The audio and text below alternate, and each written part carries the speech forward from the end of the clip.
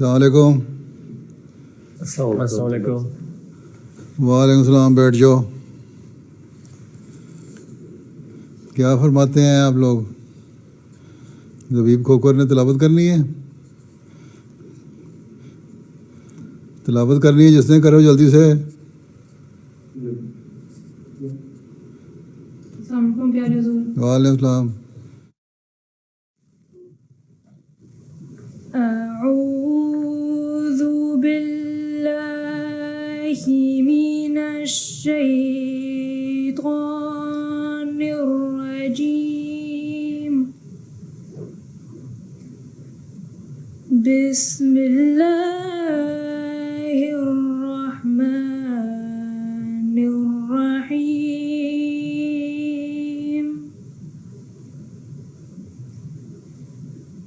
لقد كان لكم في رسول الله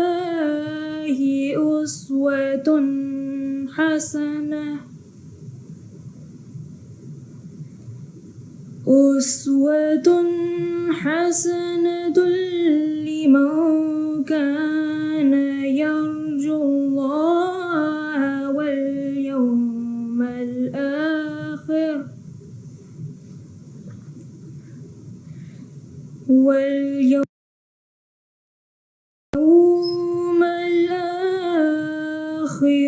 وذكر الله كثيرا. ولما رأى المؤمنون الأحزاب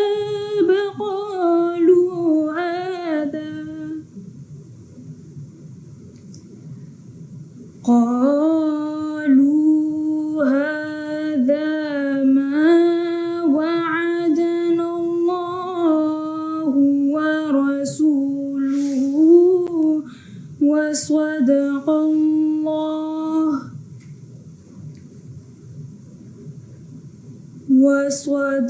الله ورسوله وما زادهم إلا إيمانا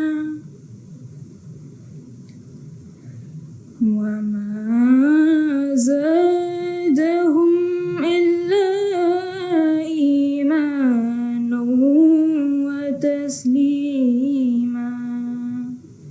جزاک اللہ خیر. صحیح.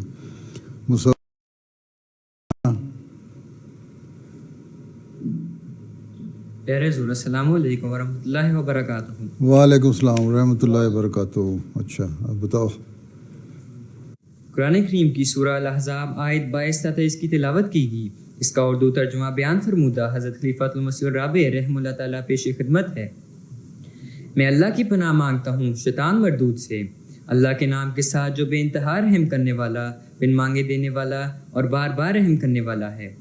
یقیناً تمہارے لیے اللہ کے رسول میں نیک نمونہ ہے، ہر اس شخص کے لیے جو اللہ اور یوم آخرت کی امید رکھتا ہے اور کثرت سے اللہ کو یاد کرتا ہے. اور جب مومنوں نے لشکروں کو دیکھا تو انہوں نے کہا یہی تو ہے اس کا اللہ اور اس کے رسول نے ہم سے وعدہ کیا تھا، اور اللہ اور اس کے رسول نے سچ کہا تھا اور اس نے ان کو نہیں بڑھایا مگر ایمان اور فرمانبرداری میں. جزاک اللہ. اچھا یہ تو 1 منٹ میں ختم ہو گیا ترجمہ. تمہارے صدر صاحب نے 5 منٹ رکھے ہوئے تھے. چلو خیر نظم کرو فرید غوری. السلام علیکم پیارے حضور. وعلیکم السلام. محمد پر ہماری جاں فدا ہے کہ وہ کوئے صنم کا رہنما ہے.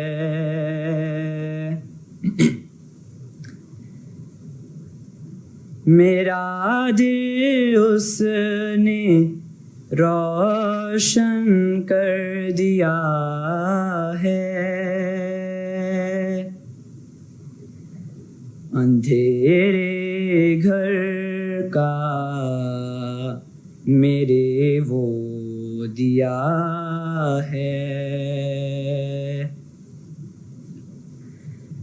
خدا کو اس سے مل کر ہم نے پایا.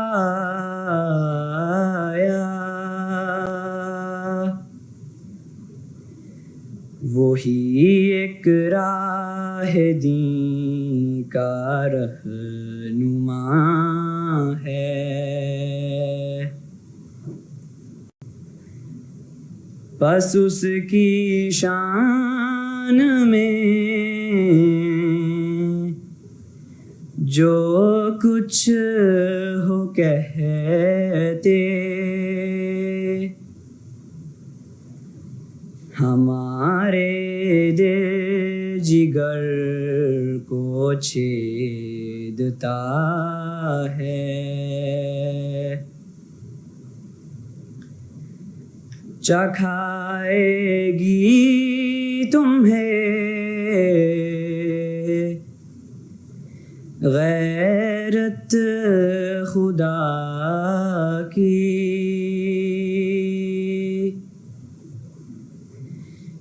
جو کچھ اس بد زبانی کا مزہ ہے. محمد پر ہماری جاں فدا ہے.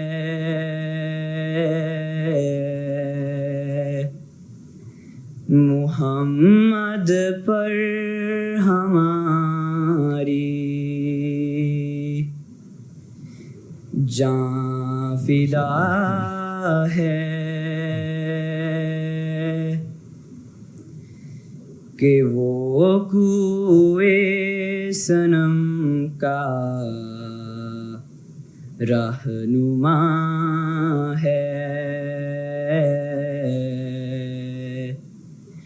کہ وہ کوئے صنم کا رہنما ہے. جزاک اللہ پیارے حضور. جزاک اللہ. اچھا اب کیا کہتے ہو؟ ہیں رپورٹ تو پڑھنی کو نہیں، رپورٹ تو پہنچ گئی. اب کیا فرماتے ہیں بچے؟ کیا کوئی پوچھنا ہے کسی نے؟ ہاں آ جاؤ، جس نے ہاتھ کھڑا کیا پہلے آ جاؤ. پہلے فرنٹ پہ بیٹھے ہوئے تم ہی آ جاؤ. صاحب پیارے حضور، وعلیکم السلام. میرا نام سمیر احمد امین ہے. میرا آپ سے یہ سوال تھا کہ آپ نے کبھی حضرت محمد صلی اللہ علیہ وسلم کو خواب میں دیکھا ہے؟ اگر دیکھا ہے تو وہ کس طرح کے دکھتے تھے؟ اچھا تو حضرت مسلم نے فرمایا کہ آج کل ہم نے اصل میں تو دیکھا نہیں ہوا کسی کو. اگر کسی نے دیکھا بھی تم اس کام میں نہ پڑھو. خلیفہ رابع نے بھی اس پہ بڑی تفصیل سے بات بتائی تھی کہ اس کام میں نہ پڑھو کہ کس نے دیکھا اور کیا دیکھا اور کس طرح دیکھا. تم یہ دیکھو کہ جو آپ نے عمل کہے تھے کرنے کے لیے، اور جو اللہ تعالیٰ نے آپ کا اسوہ ہمارے سامنے پیش کرنے کو، قبول کرنے کو، عمل کرنے کو کہا، اس پہ ہم عمل کرتے ہیں کہ نہیں کرتے. ٹھیک ہے. باقی یہ کہ دیکھا کس طرح دیکھا، کیا دیکھا، وہ ہر ایک کے ساتھ اپنا اپنا معاملہ ہوتا ہے. اور یہ کوئی نہیں کہہ سکتا کہ ہم نے مثلاً، بلکہ یہاں تک لکھا ہے کہ تمہیں کیا پتہ، بعض لوگ کہہ دیتے ہیں کہ احمدی یہ ہم نے دیکھا، حالانکہ انہوں نے نہیں دیکھا ہوتا. ان کو کیا پتہ کہ آن وسلم کا حلیہ کیا تھا، یا حلیہ پڑھ کے تو اتفاق سے ان کے ذہنوں میں وہی بات بیٹھ جاتی ہے. اس لیے اصل چیز جو تمہیں فائدہ دے گی وہ یہ نہیں ہے کہ تم نے خواب میں کیا دیکھا. اصل چیز جو تمہیں فائدہ دے گی وہ یہ ہے کہ حضرت صلی اللہ علیہ وسلم جو اپنے اخلاق اور اسوہ ہمارے سامنے پیش فرمایا، اس پر ہم نے کتنا عمل کیا. اور یہی آپ سے محبت اور عشق ہے. اور یہی عشق جو ہے وہ پھر ذریعہ بھی بن جاتا ہے کبھی جب اللہ تعالیٰ چاہے دکھانے کا بھی. اس لیے اس چکر میں نہ پڑو تم لوگ کہ کس نے دیکھا، کیا دیکھا، خواب میں دیکھا، پھر اس نے فلاں شخص نے تو اس طرح دیکھا تھا، آپ نے تو اس طرح دیکھ لیا، وہ جھوٹا تھا، یہ سچا تھا. اس چکروں میں پڑنے کی ضرورت ہی نہیں ہے. ٹھیک. ہمارا کام یہ ہے کہ ہم اللہ تعالیٰ نے ہمیں فرمایا کہ آن وسلم کا اسوہ ہے تمہارے عمل کے لیے, اس پہ عمل کرو. اور آن حضرت صلی اللہ علیہ وسلم کا اسوہ ہمارے سامنے ہے, آپ کی سیرت پڑھو اور اس پر عمل کرنے کی کوشش کرو. آپ نے جو احکامات دیے ہیں اس پہ عمل کرنے کی کوشش کرو. آج کل میں صحابہ کے خطبات پڑھ رہا ہوں نا, اس میں بہت ساری حدیثیں بھی آ جاتی ہیں, بہت سارے واقعات آ جاتے ہیں. حضرت صلی اللہ علیہ وسلم کا محبت کا اظہار صحابہ سے آ جاتا ہے, یا بعض ہدایتیں آ جاتی ہیں نمازوں کے بارے میں یا دوسرے بارے میں. تو ہمارا کام ہے ان پر عمل کرنے کی کوشش کریں. ٹھیک ہے, بس تم اپنے کو یہیں تک رکھو تو کافی ہے. ٹھیک چلو بیٹھ جاؤ.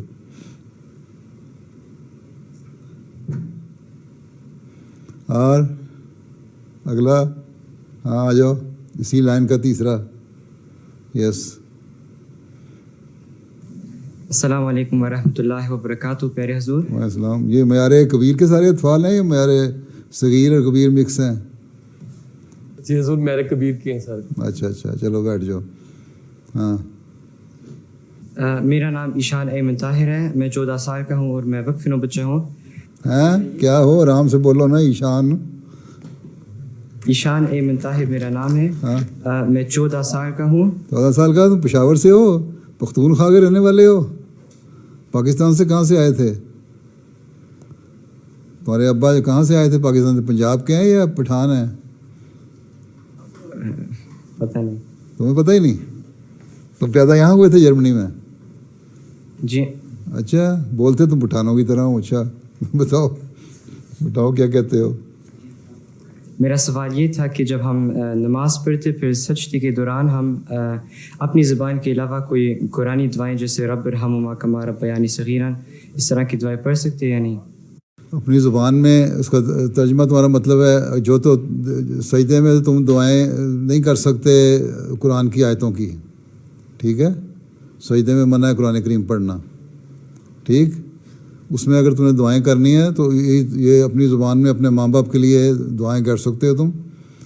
اور تمہیں اگر زیادہ مزہ آتا ہے اپنی زبان میں دعا کرنے کا, اور یقیناً مزہ آتا ہے ہر ایک کو اپنی زبان میں جو دعا کرتا ہے تو اس کو زیادہ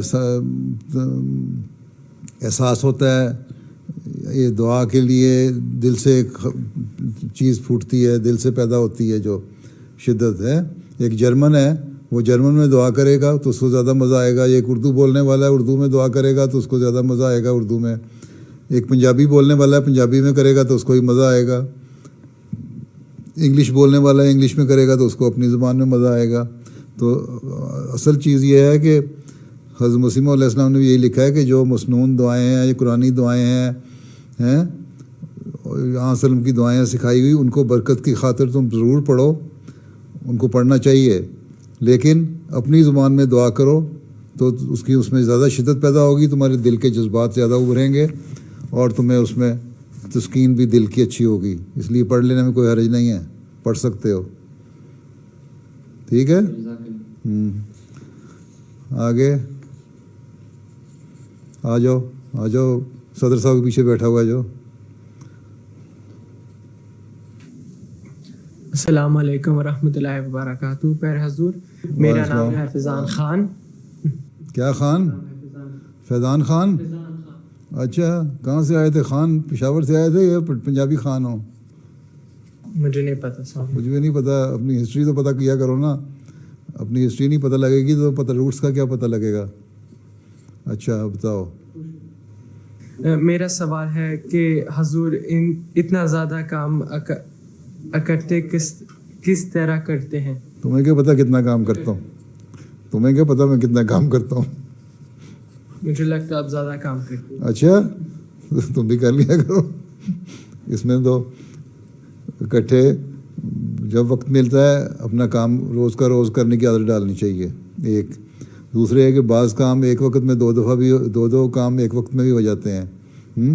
اب میں کسی کی باتیں سن رہا ہوں اور ساتھ میں خط بھی پڑھ لوں تو مجھے 2 کام ایک وقت میں کر سکتا ہوں. ٹھیک ہے, تو اس طرح پھر تھوڑے وقت میں زیادہ کام ہو جاتا ہے. پھر دوسری یہ ہے کہ ایک ارادہ انسان کا ہو کہ میں نے اپنا کام ختم کرنا ہے جب ختم کرنا ہے پھر توجہ سے کرتا ہے تو ختم ہو جاتا ہے. تم لوگ بھی محنت کرو گے تمہارا بھی ختم ہو جائے گا کام. ہیں محنت کی عادت ڈال لو تم بھی اسی طرح کر لو گے, کوئی مسئلہ نہیں ہے. ٹھیک. اچھا اچھا. اور ہاں وہ آخر والا لڑکا لاسٹ ون تو آخر میں دیوار کے ساتھ بیٹھا ہوا ہے جو وہ ہاتھ کھڑا کر کے بیٹھے ہوئے ہو, تم آتے کو نہیں, چلو آ جاؤ تم ہی آ جاؤ.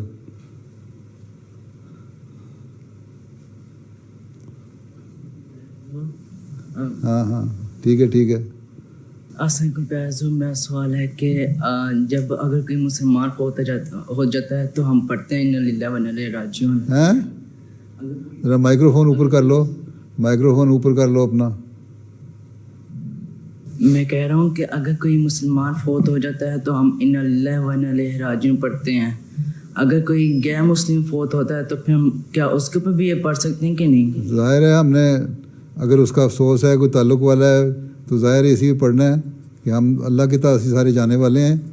سارے جانا تو سب نے اللہ کے حضور ہی حاضر ہونا ہے نا. آگے اللہ تعالیٰ نے ان سے کیا سلوک کرنا ہے یہ تو اللہ بہتر جانتا ہے نا.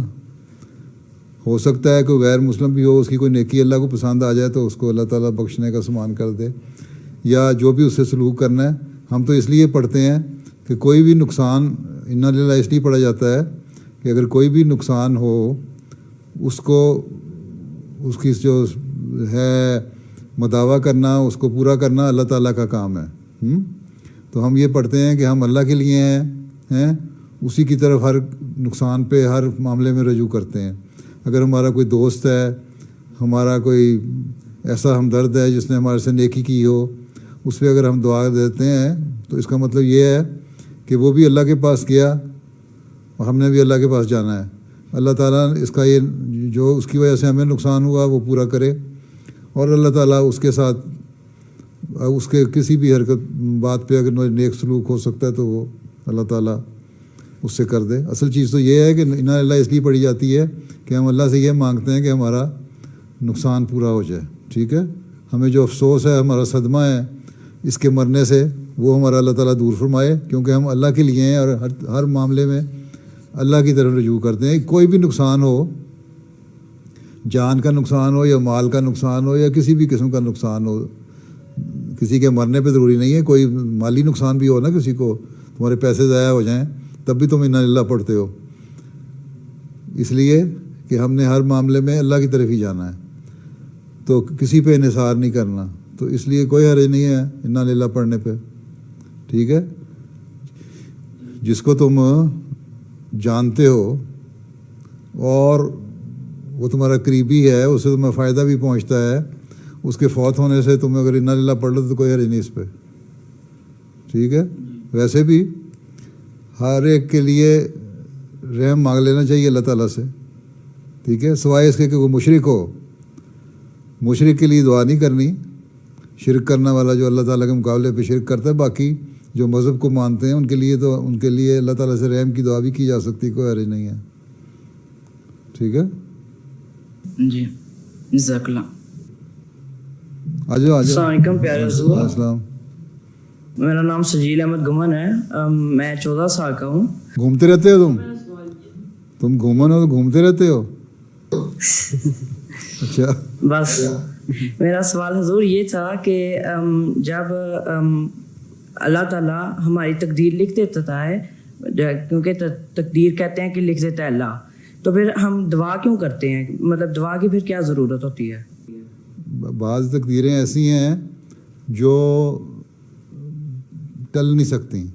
ٹھیک ہے. اور بعض چیزیں ایسی ہیں جو ٹل جاتی ہیں. تو اس لیے ہم دعا کرتے ہیں کہ مثلا ایک موت ہے, موت ہر ایک نے مرنا ہے. ٹھیک ہے. مرنا ہر ایک نے ثابت شدہ ہے نا, اس میں کوئی انسان ہمیشہ زندہ نہیں رہ سکتا, یہ تقدیر ہے اللہ تعالیٰ کی. ٹھیک ہے. لیکن ایک شخص ہے وہ بیمار ہوتا ہے اور ایسی حالت اس کی پہنچ جاتی ہے کہ وہ ایسی حالت میں پہنچ جاتا ہے جہاں ڈاکٹر کے جواب دے دیتے ہیں کہ مرنے کے قریب پہنچ گیا. لیکن ہم دعا کرتے ہیں اور اللہ تعالیٰ دعا قبول کر لیتا ہے اور اس کو اس موت کے منہ سے واپس لے آتا ہے, زندہ کر دیتا ہے. تو یہ اللہ تعالیٰ کی ایسی تقدیر ہے جو دعا سے ٹل گئی. الٹیمیٹلی اس نے ایک لمبی عمر پا کے 70 سال 80 سال 90 سال, حضرت مسلم نے فرمایا نا, اگر 100 برس رہا ہے آخر کو پھر جدا ہے, 100 سال بھی کوئی زندہ رہے گا آخر کو مرنا ہی ہے نا. لیکن ایک ایسی عمر ہے جو جوانی میں مثلاً اس وقت ایسی مرنے کی حالت اگر کسی کی ہو جاتی ہے تو ہم دعا کرتے ہیں اور اللہ تعالیٰ اس کو ٹال دیتا ہے اور عمر لمبی دے دیتے ہیں. اور کئی واقعات ایسے ہوتے ہیں, دعا کے لیے لوگ مجھے بھی لکھتے ہیں, میں ان کو جواب دیتا ہوں اور اللہ کے فضل سے وہ دعا قبول بھی ہو جاتی ہے. لوگ اپنی بات کے واقعات بھی لکھتے ہیں, انہوں نے بھی دعا کی اور دعا سے اللہ تعالیٰ نے وہ جو نقصان ان کو ہونا تھا اس سے وہ ٹال دیا. تو اللہ تعالیٰ کو نے ایک کی تقدیر سے یہ کام ہو رہا ہے, لیکن تقدیر پہ اگر ہم دعا نہیں کریں گے, کوشش نہیں کریں گے, تو پھر جو اس کا نتیجہ نکلنا ہے وہ نکلے گا. اس لیے دعا ہم اس لیے کرتے ہیں کہ اللہ تعالیٰ کی جو تقدیریں ٹلنے والی ہیں وہ ٹل جائیں اور ان کے بہتر نتائج پیدا ہو جائیں. اللہ تعالیٰ نے 2 چیزیں رکھی ہیں, ایک فائدے والی ایک نقصان والی. ٹھیک ہے, اب اگر ہم اللہ تعالیٰ کی بات مان لیتے ہیں تو ہمیں فائدے والی تقریر دے دے گی فائدہ, وہ کوشش بھی کرتے ہیں اور دعا بھی کرتے ہیں. اور اگر نہیں مانتے اللہ تعالیٰ کی بات اور اس کے بارے میں صحیح کام بھی نہیں کرتے اور دعا بھی نہیں کرتے تو اس کا تقدیر کا جو دوسرا منفی پہلو ہے وہ ظاہر ہو جائے گا. تو 2-3 تقدیریں ہوتی ہیں, ایک ٹلنے والی تقدیر اور ایک نہ ٹلنے والی تقدیر. نہ ٹلنے والی تقدیر یہ فیصلے ہیں اللہ تعالیٰ کے, یہ ہونا ہی ہونا ہے, اس کے لیے اللہ تعالیٰ نہیں دعا سنتا اور وہ ٹلتی نہیں. جو ٹلنے والی تقدیر ہے اس کے بارے میں اللہ تعالیٰ دعاؤں سے کوشش سے انسان کی اس کو ٹال دیتا ہے. اس لیے اللہ تعالیٰ نے کہا تم دعا کرو تو تمہارا یہ میرے سے تعلق پیدا ہوگا, تمہارا مجھ پہ ایمان بھی زیادہ ہوگا اور پھر اس کے نتیجے میں تم مزید ایمان میں اور روحانیت میں بڑھو گے اور اس سے پھر تمہیں فائدہ ہوگا. ٹھیک ہے جی, جزاک اللہ حضور. چلو ٹھیک ہے. ہاں جی, السلام علیکم پیارے حضور. وعلیکم السلام. جی حضور, میرا نام عازب عرفان ہے. حضور میرا سوال تھا یہ تھا کہ میں حفظ کر رہا ہوں, تو آپ مجھے نصیحت فرمائیں کہ میں کس طرح بہترین حافظ بن سکتا ہوں. اور کس طرح تم حفظ کر رہے ہو تو حفظ کرو. اللہ تعالیٰ تمہیں جو حفظ کرنے والے ہیں نا ان سے پوچھو, تمہارے حافظ صاحب جو ہے نا ٹیچر, ان سے پوچھو تم کس طرح بہتر حافظ بن سکتے ہو, کتنا جلدی حفظ کر سکتے ہو. باقی یہ مجھے پتہ ہے کہ جو روز کا روز پڑھو, اس کو یاد کرو اچھی طرح, اور جتنا دیا جاتا ہے سبق اس سے بڑھ کے یاد کر لو تو جلدی حفظ کر لیتے ہیں بعض لڑکے. بعض ایسے بھی لوگ ہیں جو 3 سال لگاتے ہیں حفظ کرنے میں قرآن کریم, جو سارا وقت پڑھتے ہیں. اور بعض میں نے دیکھے ایسے بھی ہیں جو 10 مہینے میں بھی حفظ کر لیتے ہیں, 1.25 سال میں بھی حفظ کر لیتے ہیں, 1.5 سال میں بھی کر لیتے ہیں. تو یہ تو ڈپینڈ کرتا ہے تم کتنی محنت سے کر رہے ہو. تو حفظ کرنے کے لیے تم اپنے حافظ صاحب جو ہے نا ان سے پوچھو کہ کیا بہترین طریقہ ہے, میں کس طرح جلدی حفظ کر سکتا ہوں. ٹھیک ہے جی حضور, میں مربی بننا چاہتا ہوں, تو آپ اس کے لیے بھی کوئی نصیحت فرمائیں کہ کس طرح حضور جب تم حفظ کر لو گے اس کو تم ابھی ٹور کرنا, جب تم ابھی ٹور کرو گے پھر جامعہ میں آ جانا.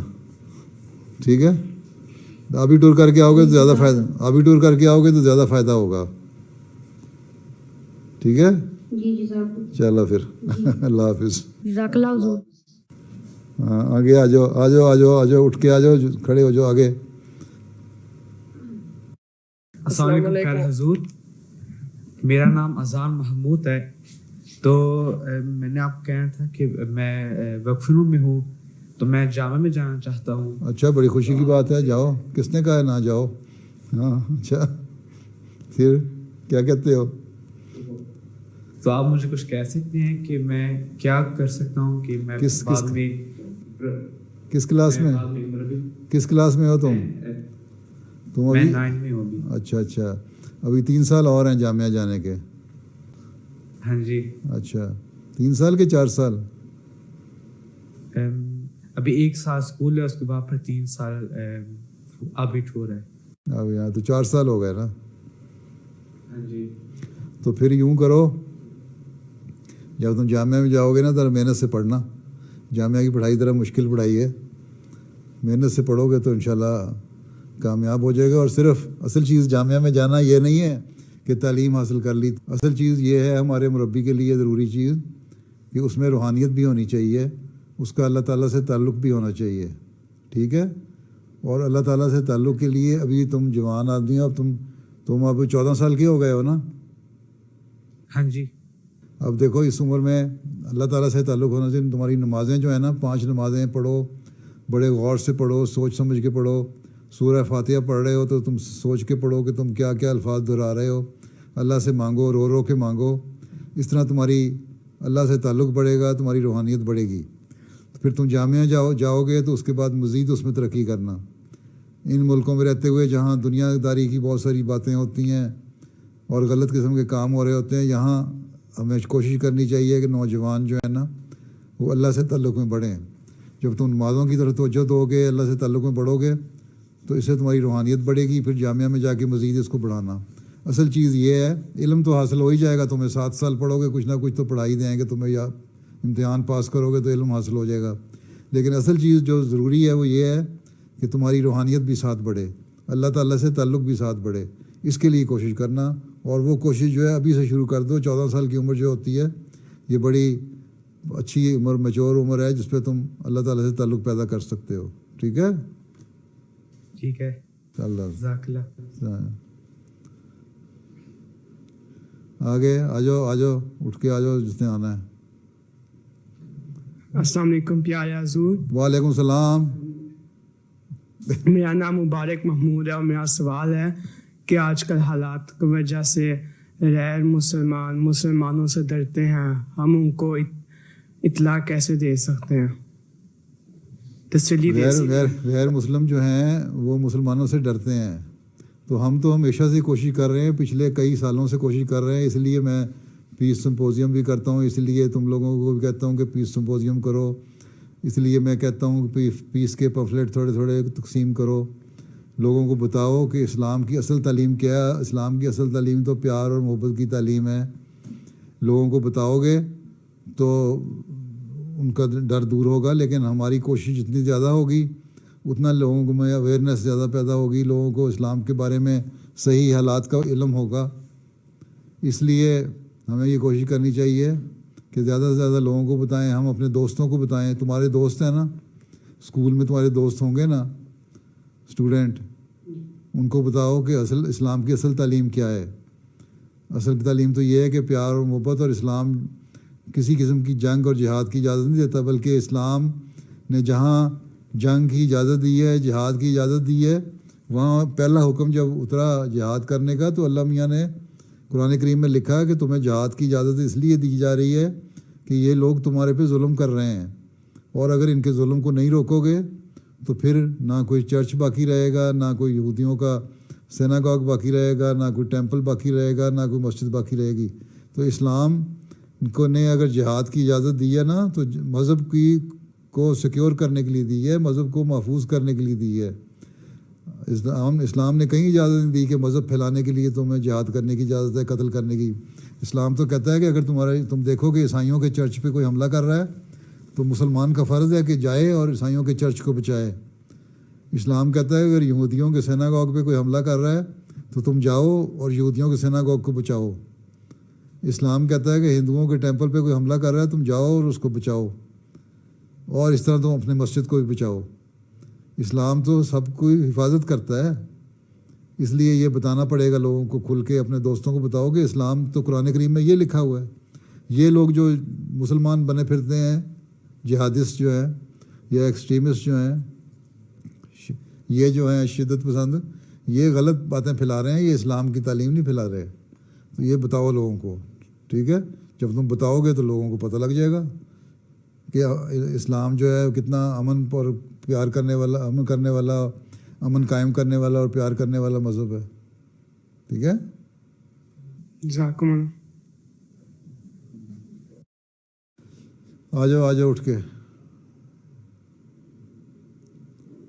وہ یہاں تک آ گئے تو آگے بھی آ جاتے پچھلے. اب السلام علیکم ورحمۃ اللہ.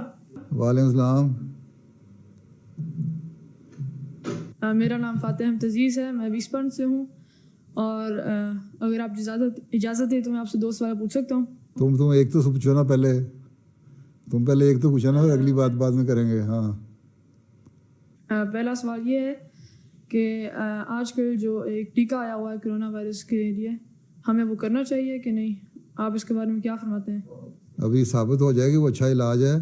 اگر گورنمنٹ کہتی ہے لگوا لو تو لگوا لو، کوئی حرج نہیں ہے، لیکن پہلے اس کا تجربہ تو ہو جائے. لوگوں کو جتنا ہوا ہے ان کو فائدہ بھی ہوتا ہے کہ نہیں ہے صرف ٹیکہ لگانا ہے، سوئی چپ ہونے کے لیے نہ ٹیکہ لگوا لو. اگر فائدہ ہوتا ہے تو ضرور لگانا چاہیے، کوئی حرج نہیں ہے. ٹھیک ہے. اور اگلی بات دوسرا سوال یہ ہے کہ اللہ تعالیٰ نے انسانوں کو اس وجہ سے بنایا ہے کہ وہ اللہ تعالیٰ کی عبادت کریں، تو اللہ تعالیٰ نے ڈائناسورس کو کیوں بنایا تھا؟ ڈائناسور کو کیوں بنایا تھا؟ اچھا، اللہ تعالیٰ نے جو بہت ساری چیزیں بنائی، تم ڈائناسور کو کیوں بات کرتے ہو؟ پھر یہ کیوں نہیں کہتے کہ اللہ تعالیٰ نے شیر کو کس لیے بنایا تھا، کتے کو کس لیے بنایا تھا، بلی کو کیوں بنایا تھا، ڈک کو کیوں بنایا تھا، پیرٹ کو کیوں بنایا تھا، سانپ کو کیوں بنایا تھا؟ تو بہت ساری چیزیں ہیں، صرف ڈائناسور کی مثال تو نہیں نا. اللہ تعالیٰ نے جو بھی مخلوق بنائی ہے ہر ایک کا کوئی نہ کوئی فائدہ ہے. ٹھیک ہے. اور وہ انسان کے فائدے کے لیے ہیں. مثلاً بعض اسکارپین جو ہے، بچھو ہے، اس سے بھی بعض اس کے زہر سے بعض دوائیاں بنتی ہیں جو انسان کو فائدہ دیتی ہیں. ٹھیک ہے.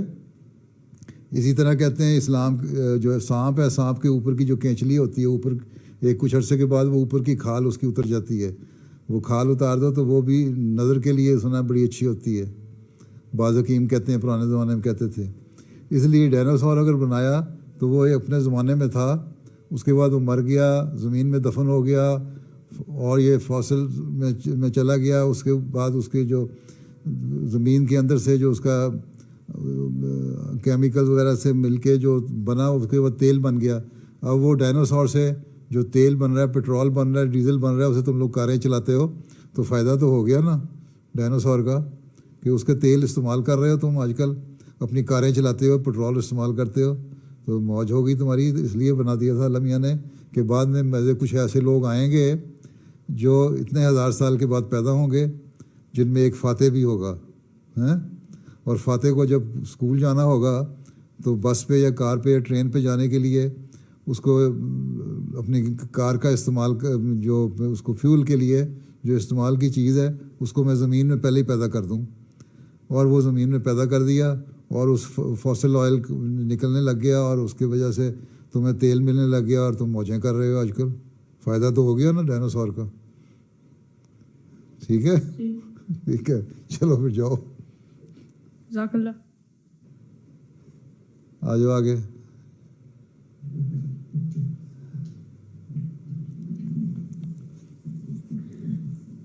السلام علیکم پیارے حضور. وعلیکم السلام ریان صاحب. حضور میرا سوال یہ ہے کہ ہمیں یوٹیوب چینل بنانے کی اجازت ہے یا نہیں؟ یوٹیوب تم نے کیا کرنا ہے بنا کے؟ کیا کرو گے اس میں؟ کون سا کیا بناؤ گے اس میں؟ اس میں تم نظمیں پڑھو گے، تلاوت کرو گے، یہ نیکی کی باتیں بتاؤ گے، تبلیغ کرو گے؟ تو پھر اپنے صدر صاحب سے پوچھ کے تم بنا سکتے ہو. اور جو صدر خدام الانبیاء نے بنایا ہوا ہے یوٹیوب کا یا واٹس ایپ کا گروپ یا کوئی ایسا کوئی گروپ اگر جماعت نے، تو تم وہی باتیں وہاں ڈال سکتے ہو. اور اگر تم نے اپنا یوٹیوب چینل بنانا ہے تو دیکھو کہ تم نے کیا بنانا ہے. اگر تو نیکی کی باتیں کرنی ہیں تو پھر ٹھیک ہے، اگر فضول قسم کی باتیں کرنی ہیں تو پھر غلط ہے. ٹھیک ہے. یہ تو ہم دیکھو نا، ہر چیز میں اچھائی بھی ہوتی ہے، برائی بھی ہوتی ہے. اگر اس کے اچھے پہلو کو استعمال کرو تو وہ اچھی چیز ہے، اگر برے پہلو کو استعمال کرو تو بری چیز ہے. اور واٹس ایپ جو گروپ بن گئے ہیں بہت سارے لوگ، اس کے تبلیغ کے لیے لوگ استعمال کرتے تھے، بڑی اچھی چیز تھی. لیکن اب لوگوں نے اس کے غلط قسم کی باتیں، لوگوں پہ کمنٹ کرنے، لوگوں کا مذاق اڑانا اور غلط قسم کی افواہیں پھیلانا، حکومتوں کے خلاف باتیں کرنا، یا ایسی باتیں کرنا جس سے لوگوں کے لیے مسئلے پیدا ہوں. وہ جب پیدا ہوتے ہیں تو میں نے کہا واٹس ایپ گروپ بھی بند کر دو. تو یہ ڈیپینڈ کرتا ہے کہ تمہاری جو چیز جو بنا رہے ہو اس کا لوگوں کو فائدہ ہوتا ہے یا نقصان. اگر نقصان ہے تو اجازت کوئی نہیں، اگر اس کا فائدہ ہے تو وہاں اپنے صدر صاحب سے نظام جماعت سے پوچھ کے پھر لکھ کے بھیجو تو پھر بتا دیں کہ تمہیں اجازت ہے کہ نہیں. ٹھیک ہے؟ ٹھیک ہے. چلو جاؤ پھر. آؤ آ جاؤ آ جاؤ آ جاؤ اٹھ کے آ جاؤ جس نے آنا ہے.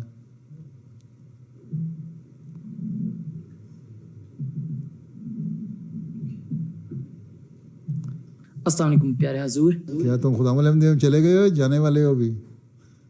جی جانے والا ہوں اگلے سال. 15 سال اور 9 مہینے کے ہو, 14 سال اور 9 مہینے کے ہو گئے ہو تم؟ جی نہیں, میں 15 سال کا ہو گیا ہوں اور نیکسٹ ایئر نومبر میں نے 16 کا بنا. تو تب تو تم اطفال میں کیوں بیٹھے ہوئے ہو؟ پھر اطفال پہ کیوں بیٹھے ہوئے ہو؟ نہیں, میرا 1 سال اور ہے اطفالوں میں. تم 15 سال کے ہو گئے. 15 سال کی عمر میں تو اطفال سے خدا میں چلا جاتا ہے انسان. جب تم 14 سال اور 365 ڈیز کے ہو جاؤ گے تو خدا مدینہ میں چلے جاؤ گے. جی میرے ناظم نے کہا تھا کہ 1 نومبر کے بعد جو پیدا ہوئے ہیں 15 سال. اچھا 1 نومبر سے جاؤ, 1 نومبر سے جاؤ گے. میں تو 1 نومبر سے تو تم چلے گئے. اب تو نہ 1 مہینہ گزرنے لگا. آج 29 تاریخ ہوگی. تمہیں آخری چانس مل رہا ہے بس. چلو بتاؤ کیا کہتے ہو.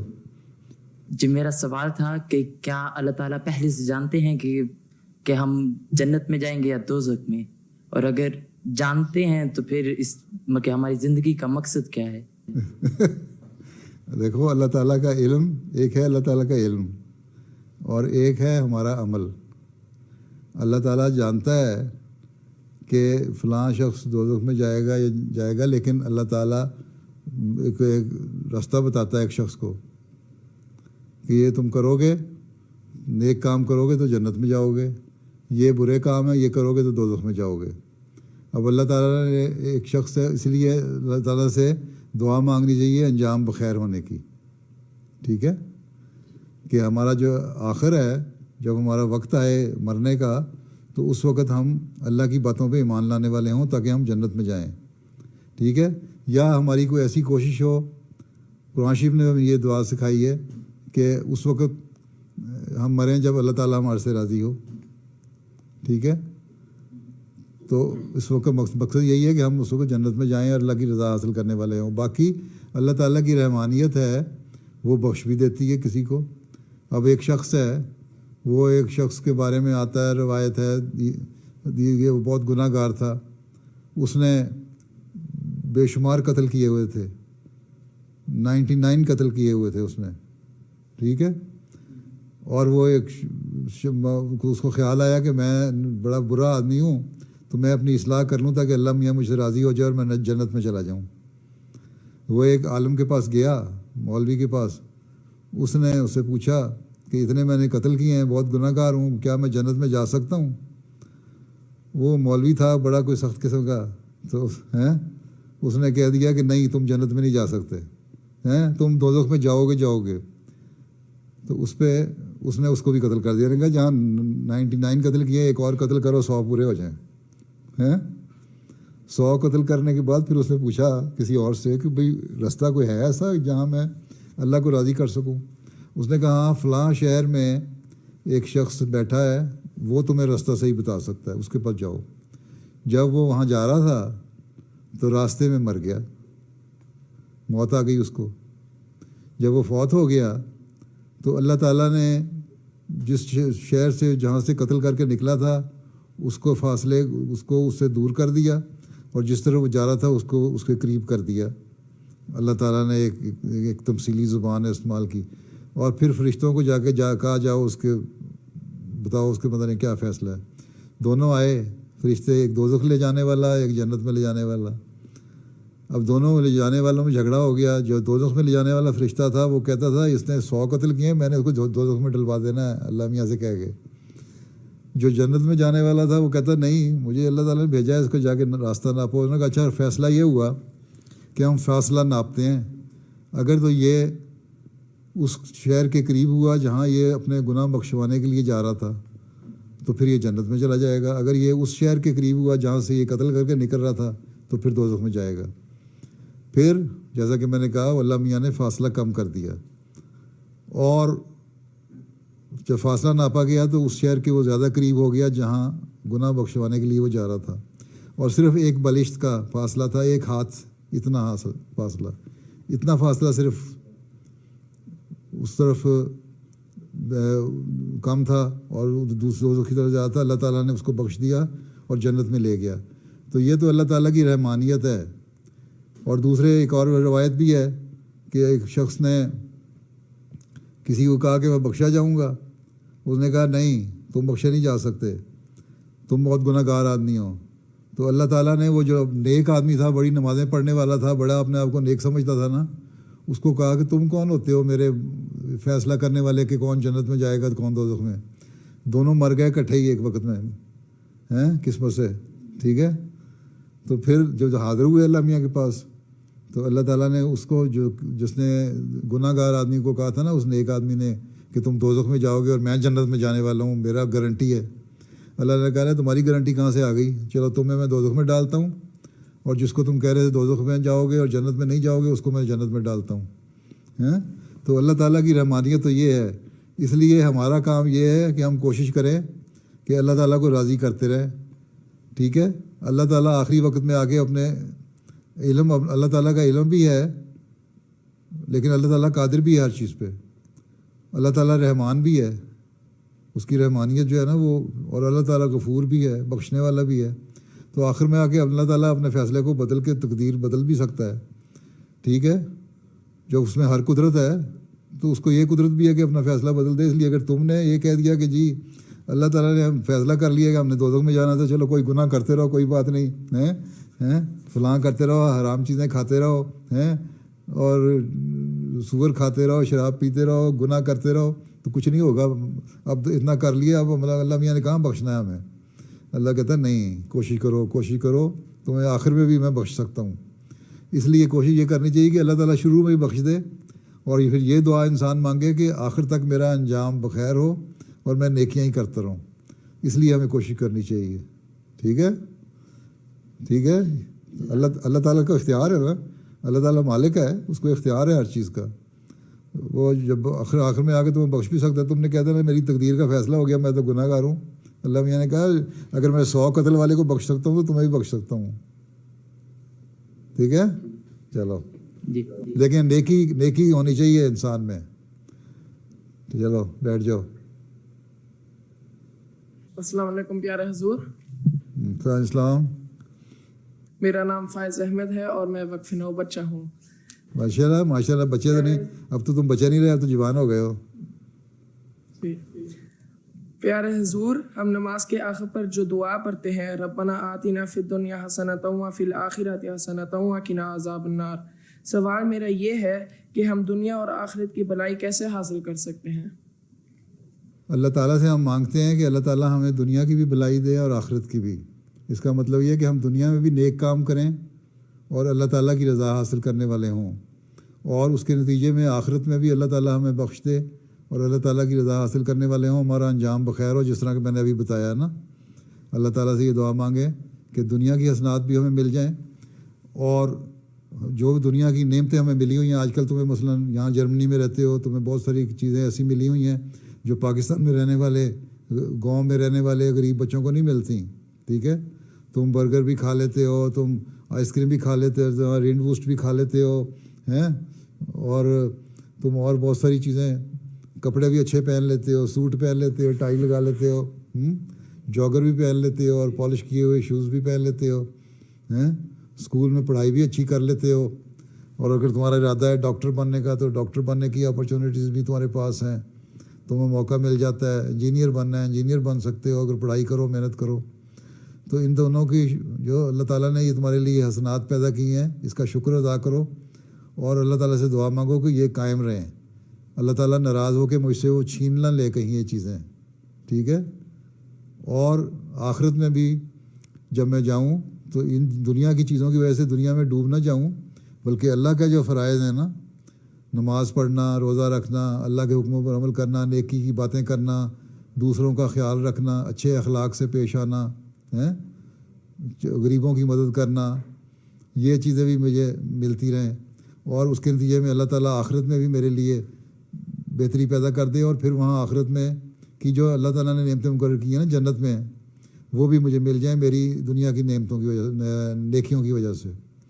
ٹھیک ہے، تو یہ ہے کہ ہمیں دنیا کی نیکیاں کی وجہ سے یہاں بھی اجر دے، ہمیں دنیا کی بھلائیاں بھی دے، اور ہماری نیکیوں کو قبول کرتے ہوئے ہمیں آخرت میں ہمارا انجام بخیر کرتے ہوئے ہمیں وہاں بھی ہماری جو انعامات ہیں اللہ تعالیٰ کے ان کو بڑھاتا چلا جائے. ٹھیک، چلو. السلام علیکم پیارے حضور. وعلیکم السلام. اب میرا نام امیر معاویہ حسین اور میں 9ویں جماعت سے ہوں. امیر معاویہ ہو تم؟ ہاں جی. اچھا ٹھیک ہے. ہاں کیا کہتے ہو؟ میرا سوال ہے، میں نے اگلے سال خادم ہونا ہے اور میں کیسے اچھا خادم ہو سکتا ہوں؟ اچھے خادم کیسے ہو سکتے ہو؟ تم ابھی سے عہد کرو کہ میں نے خادم ہو کے بھی نہ بری باتیں نہیں کرنی. ٹھیک ہے، میں نے 5 وقت نمازیں پڑھنی ہیں اچھی طرح. اللہ تعالیٰ سے ہر نماز میں کم از کم 2 رکعتیں ایسی پڑھنی جس میں میں رو کے اللہ میاں سے دعا کروں کہ اللہ میاں مجھے نیک بنا دے. ٹھیک ہے، تو رو کے دعا کیا کرو، اللہ میاں تمہیں نیک بنایا تو تم اچھے خادم بن جاؤ گے. ٹھیک، اور پھر ہر برائی سے بچنا ہے اور نیکی کو اختیار کرنا ہے. ہر وقت یہ خیال رکھنا ہے کہ اللہ تعالیٰ مجھے ہر وقت دیکھ رہا ہے. میں کوئی بھی گناہ کروں گا، کوئی بری بات کروں گا تو اللہ تعالیٰ مجھے فوراً دیکھ کے پکڑ لے گا. ٹھیک ہے، اس لیے میں نے بچتے رہنا ہے. CCTV کیمرہ لگا ہوتا ہے نا اسٹوروں میں چوری کرنے سے بچانے کے لیے، تو سمجھو کہ CCTV کیمرہ لگا ہوا میرے اوپر، میں کوئی بھی بری حرکت کی تو پکڑا جاؤں گا. ٹھیک ہے، چلو.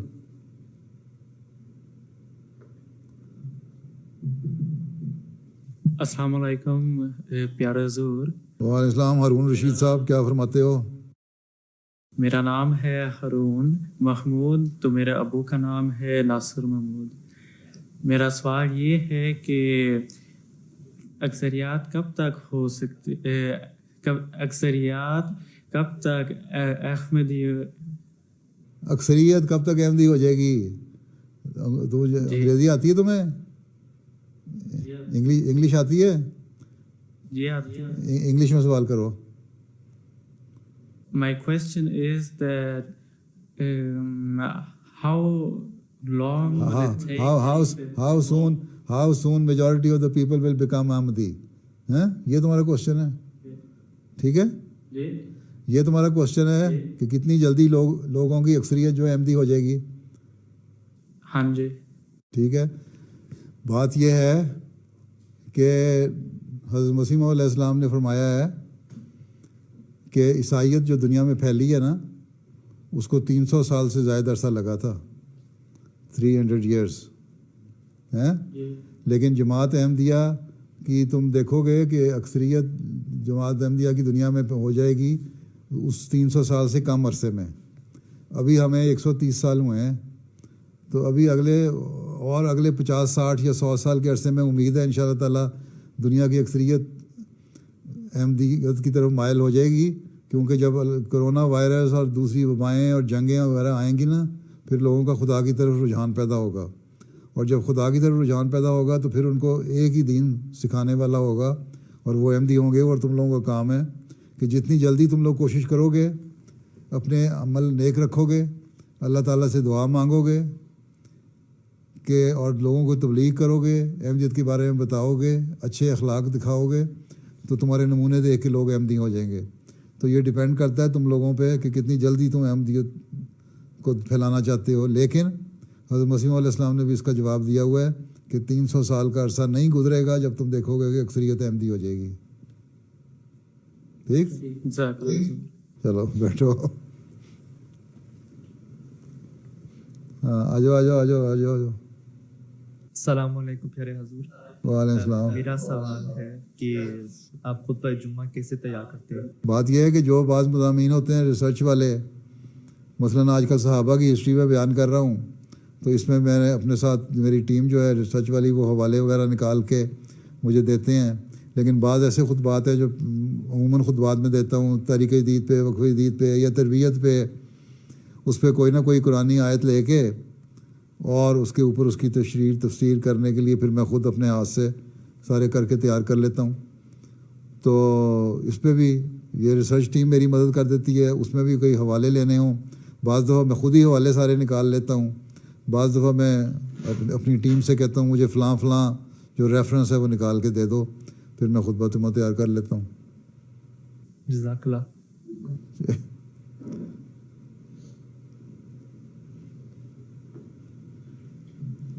السلام علیکم پیارے حضور. وعلیکم السلام ورحمۃ اللہ وبرکاتہ. حضور میرا نام ہے ساجد کمال اور میں بھی وقف نو بچہ ہوں. بچہ ہوں، اب تو بچہ جوان ہو گیا ہے. اچھا 14 سال کے ہو گئے، 15 سال کے؟ 15 کا ہو گیا. اچھا خدام میں جانے والے ہو؟ جی حضور، میرا سوال یہ ہے کہ ارکان ایمان کی ترتیب کے پیچھے کیا حکمت ہے؟ ارکان ایمان کے لیے کیا حکمت ہے؟ تمہیں آتے ہیں سارے ارکان ایمان؟ پر بتاؤ پہلا نمبر 1 کیا ہے؟ اللہ پر ایمان، فرشتوں پر ایمان، اللہ تعالیٰ کی کتابیں پر ایمان، نبیوں پر ایمان، یوم احمد پر ایمان اور تقدیر پر ایمان. بس پھر تو اس میں پہلی بات تو یہ اللہ پہ ایمان ہوگا تو تمہیں فرشتوں پہ ایمان ہوگا، پھر اس کے رسول جو اس کا دین لے کے آئے ہیں اس پہ ایمان ہوگا، پھر وہ رسول جو کتابیں لے کے آئے ہیں ان پہ ایمان ہوگا، پھر جو آخرت کا دن ہے، مرنے کے بعد انسان نے پیش ہونا ہے، اس پر ہے کہ مرنا ہی ہے ہر انسان نے، ہر ایک نے، اور اللہ کے حضور پیش ہونا ہے، اس پر ایمان لانا ہے. پھر صرف یہی نہیں کہ اللہ کے حضور وہاں مرنا ہے ہر ایک نے، بلکہ اللہ کے حضور پیش ہونا ہے. وہاں جو ہم نے اچھے یا برے کام کیے ہوں گے وہاں ہماری جزا بھی ملنی ہے اور سزا بھی ملنی ہے، اس پر بھی ایمان ہونا چاہیے. جب یہ جزا اور سزا کا بھی تصور قائم ہوگا اپنے ذہن میں تو پھر انسان نیکیاں کرے گا اور یہ کوشش کرے گا اللہ تعالیٰ کے راضی کرنے والے کام کرے، نہ کہ اس کو ناراض کرنے والے کام، تاکہ وہ جنت میں جائے. تو یہ دین کے یہ پہلو ہیں سارے، یہ رکن ہیں، ان کی ترتیب سے چلو گے کیونکہ اللہ پر ایمان ہوگا تو پھر اس کے جو فرشتے وہی لے کے آتے ہیں اس پر ایمان بھی ہو جائے گا. اس کا سارا نظام ہے نا اللہ تعالیٰ کے، اللہ تعالیٰ اپنا نظام چلا رہا ہے فرشتوں کے ذریعے سے. پھر دنیا میں اللہ تعالیٰ اپنا نظام چلاتا ہے اپنے رسولوں کے ذریعے سے، فرشتوں کو رسولوں کے اوپر وحی کے لیے بھیجتا ہے، پھر ان کو شریعت دیتا ہے یا شریعت کو ریوائول کے لیے نبی بھیجتا ہے، وہ پھر اس شریعت کو پھیلا کے احکامات اللہ تعالیٰ کے بتاتے ہیں. پھر یہ بھی یقین دلاتے ہیں کہ تم نے مرنا ہے. جب انسان نے مرنا ہے تو پھر اس پر ایمان کامل ہو جائے گا، تو پھر جو آخری جو اللہ تعالیٰ کی جزا سزا کے صفت ہے اس پر بھی ایمان ہو جائے گا. پھر انسان نیکیاں کرے گا اور ان باتوں پہ عمل کرے گا جو رسول ہمارے لیے لے کے آئے. ٹھیک ہے؟ جزاک اللہ.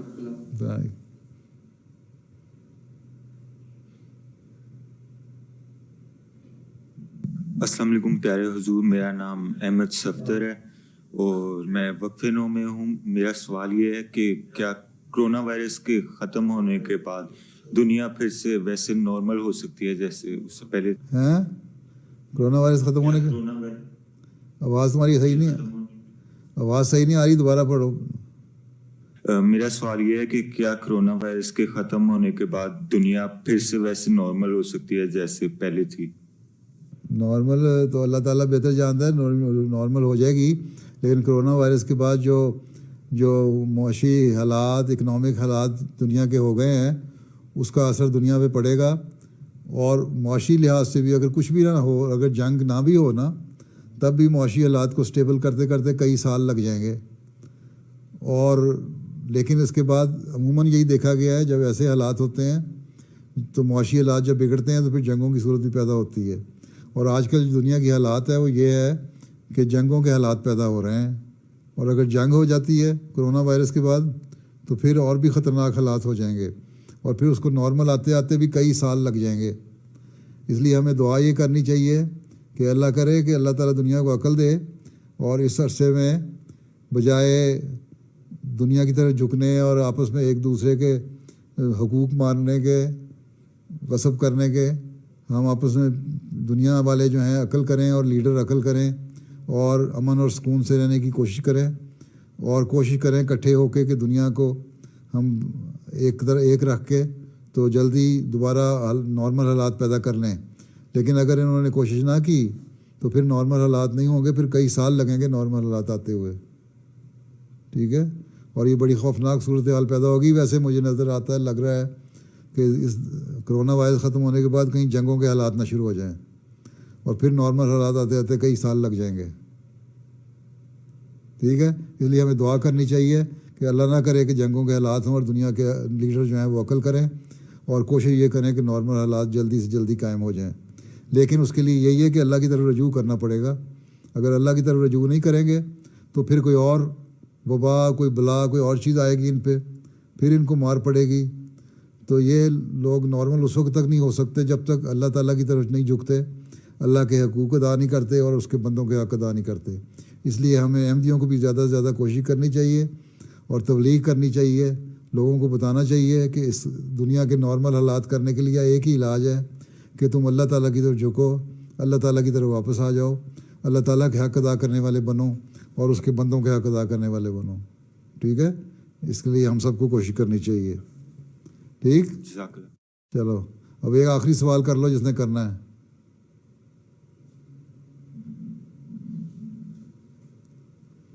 السلام علیکم ورحمۃ اللہ وبرکاتہ۔ وعلیکم السلام۔ تم بھی معیار کبیر میں ہو؟ ہاں جی۔ کمال کر دیا تم نے، کھاتے پیتے کچھ نہیں ہو؟ اچھا ہاں بتاؤ کیا کہتے ہو؟ میرا نام راجہ روشان ہے، میں 14 سال کا ہوں اور میں مجلس خودکار سے ہوں۔ 15 سال کے 14 سال کے ہو؟ ہاں جی۔ اچھا ماشاء اللہ۔ بتاؤ۔ میرا سوال تھا، جب پوری دنیا میں احمدیت پھیل جائے گی تو آپ کا سب سے پہلا پیغام کیا ہوگا؟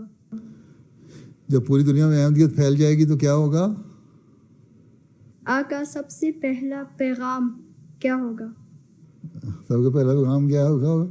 جب دنیا میں ایک دن میں تو احمدیت نہیں پھیل جانی، دنیا میں تو احمدیت آہستہ آہستہ پھیل رہی ہے، ٹھیک ہے؟